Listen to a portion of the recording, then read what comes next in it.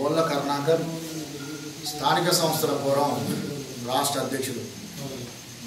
ఈరోజు రాష్ట్రంలో కరోనా విలయతాండం చేస్తున్నటువంటి పరిస్థితుల్లో మరి అనేక మంది ఈరోజు కరోనా నుంచి మన కళ్ళ ముందే చనిపోతున్నటువంటి పరిస్థితుల్లో ఈ రాష్ట్ర ప్రభుత్వం పట్టించుకోకుండా కావాలని చెప్పి ఒక ప్లాన్ ప్రకారం ఒక పకడ్బందీగా పనిచేసేటువంటి మంత్రిని ఏదైతే గత సంవత్సర కాలం నుంచి మరి కరోనా పేషెంట్ల పట్ల ఈ యొక్క తెలంగాణ ప్రజల పట్ల మరి వారి ప్రాణాలు కాపాడడం కోసం హాస్పిటల్ తిరుగుతూ తన ప్రాణాలను పణంగా పెట్టి నా తెలంగాణ ప్రజలకు ఏం కావద్దని ఒక భరోసానిచ్చి మరి సంవత్సర కాలం నుంచి రాష్ట్రమంతా మరి వాళ్ళు కరోనా హాస్పిటల్ చుట్టూ తిరిగినటువంటి సందర్భం.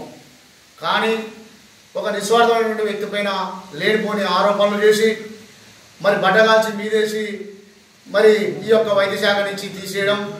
ఈరోజు రాష్ట్రంలో పరిస్థితులు చూస్తున్నట్టుంటే ఎక్కడికక్కడ కార్పొరేట్ హాస్పిటల్లో లక్షలాది రూపాయలు వసూలు చేస్తున్నారు. దాని నిదర్శనం నిన్ననే నాగూరులోని చెప్పి సుప్రజ హాస్పిటల్ 23 లక్షలు వసూలు చేయడం జరిగింది.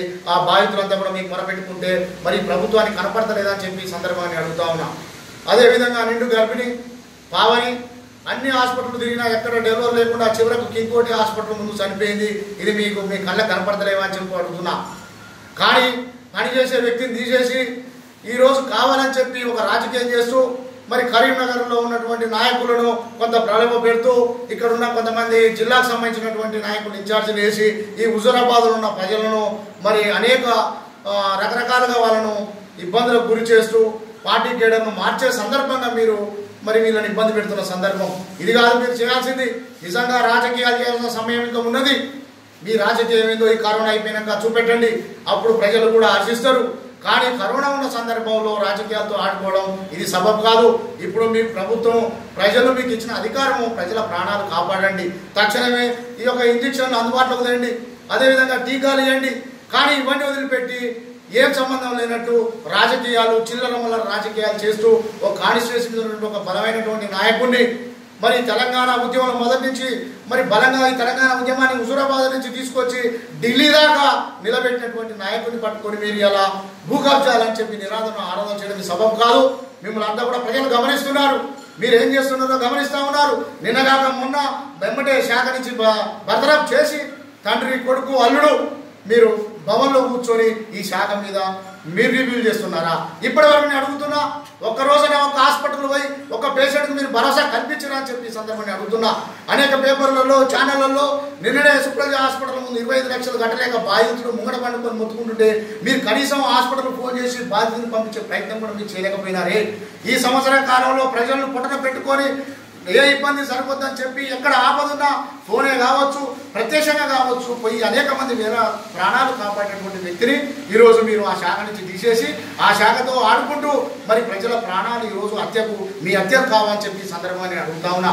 మీరు ఏ పని చేస్తున్నారు? మీరు ఎంతసేపు ఉన్నటువంటి ఒక ప్రజానాయకుడి మీద బలప్రయోగం చేస్తున్నారే కానీ ఇక్కడ మిమ్మల్ని నమ్ముకున్నటువంటి 4 కోట్ల ప్రజల జీవితాలతో మీరు చెలగాడుతూ ఉంటున్న విషయాన్ని మీరు మర్చిపోకూడదని చెప్పి నేను చెప్తా ఉన్నా. ఎందుకంటే ముఖ్యంగా ఈరోజు కరోనా అనేది కనపడనేటువంటిది. ఈ కనపడని దాంతో మరి ఎవరైనా ఏ వ్యక్తి అయినా కూడా ఉద్యమం చేయలేడు, కొట్లాట చేయలేడు. కాబట్టి తక్షణమే పూర్తిగా దీన్ని మరి యొక్క కరోనాను ఆరోగ్యశ్రీలో చేర్చి ప్రైవేట్ హాస్పిటల్లో కూడా పూర్తిగా ఉచిత వైద్యం ఇచ్చేటట్టు కూడా మీరు ఏర్పాటు చేయాలని ఈ సందర్భంగా డిమాండ్ చేస్తున్నాం. ఇదే చేయకపోతే రేపు హుజూరాబాద్ ప్రజలే మీకు తగిన బుద్ధి చెప్పే సమయం కూడా ఆసనమైందని చెప్తా ఉన్నా. అదేవిధంగా నిన్నగాక మొన్ననే గ్లోబల్ టెండర్లు అని పిలుస్తున్నావు. మరి ఇన్ని రోజులు సంవత్సరాల కాలం నుంచి కరోనా లేదా?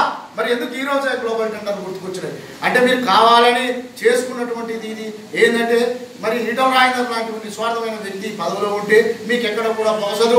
ఏ టెండర్లు కమిషన్లు లావాదేవీలు తెలుస్తే అనేటువంటి ఒక ఉద్దేశంతో మీరు ఇంతవరకు టెండర్లు పిలవలే. ఇంతవరకు మరి వ్యాక్సిన్ లేదా? వ్యాక్సిన్ జనవరిలోనే వచ్చింది. మరి ఆ రోజు ఎందుకు టెండర్ వేసి అందరికీ వ్యాక్సిన్ ఇవ్వాలని చెప్పి ఎందుకు పిలవలేదని చెప్పి ప్రభుత్వాన్ని నేను అడుగుతా ఉన్నా. కానీ ఇటువంటివన్నీ మీరు మనసులో పెట్టుకొని కావాలని ప్రజల కోసం 24 గంటలు పనిచేసేటువంటి ఒక వ్యక్తిని మీరు నిర్దాక్షిణ్యంగా తీసివేయడం ఈ ఈరోజు ప్రజలు ఆలోచన చేస్తూ ఉన్నారు.